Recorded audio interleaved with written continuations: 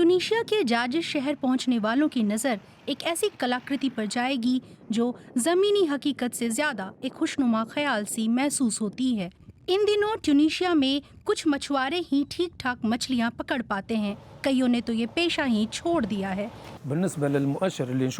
मौजूदा हालात देखकर मैं कह सकता हूँ कि मछलियाँ पकड़ने के काम में अब कोई भविष्य नहीं है। युवाओं को मेरी सलाह है कि वो अलग काम तलाशें। मछलियाँ पकड़ने का हुनर सीखना वक्त की बर्बादी है।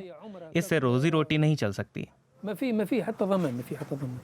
स्फैक्स स्थित national institute of marine sciences and technology के वैज्ञानिक जल स्रोतों में मछलियों की घटती तादाद के कारणों का पता लगा रहे हैं। इसके मुख्य संदिग्ध हैं जहरीले शैवाल जो समंदर के पानी को लाल कर देते हैं, जलवायु परिवर्तन, पानी का बढ़ता तापमान और फास्फोरस नाइट्रोजन के स्तर में हो रही बढ़ोतरी।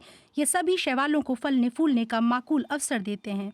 इससे सी ब्रीम जैसी प्रजातियां तेजी से नष्ट हो रही हैं। हमने पाया कि शैवाल की एक जहरीली किस्म इसके लिए जिम्मेदार है। 2019 में करेनिया ब्रेविस नाम की एक शैवाल प्रजाति बहुत फैली। 2020 में इसका विस्तार कम था, मगर इस बरस ये फिर बढ़ गए, खास तौर पर गाबेस बंदरगाह के आसपास के इलाकों में।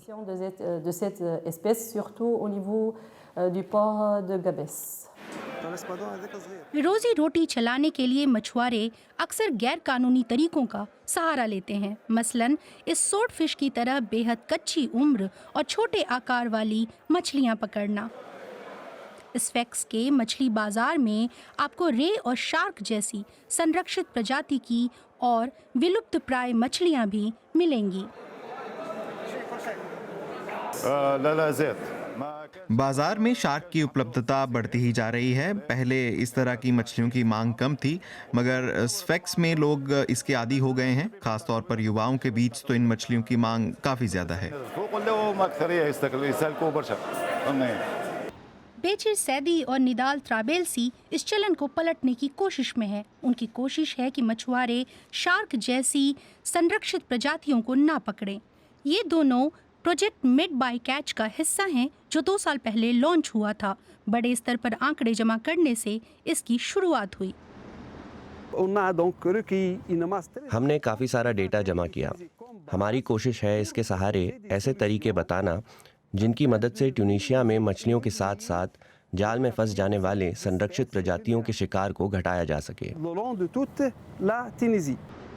निदाल त्राबेलसी ने जार्जिस बंदरगाह के मछुआरा समुदाय के साथ अच्छे रिश्ते बना लिए हैं।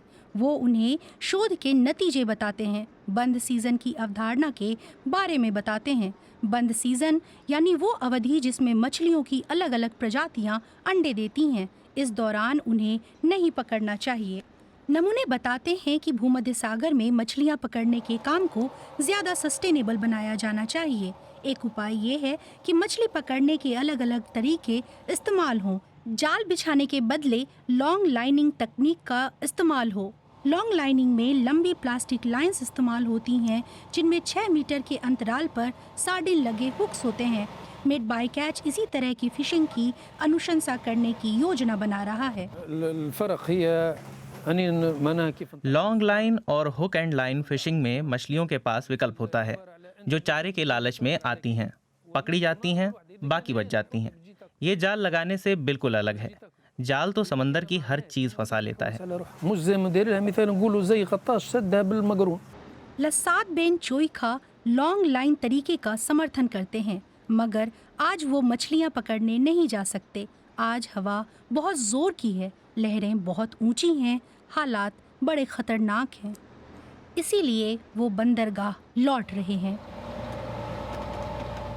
भूमध्य सागर के इकोसिस्टम को संरक्षित रखने के लिए जरूरी है कि लसाद बेन चोइखा की तरह ज्यादा से ज्यादा मछुआरे वैकल्पिक तरीके अपनाएं, न केवल जार्जिस में बल्कि ट्यूनीशिया और समूचे भूमध्य सागर क्षेत्र में बसे देश भी।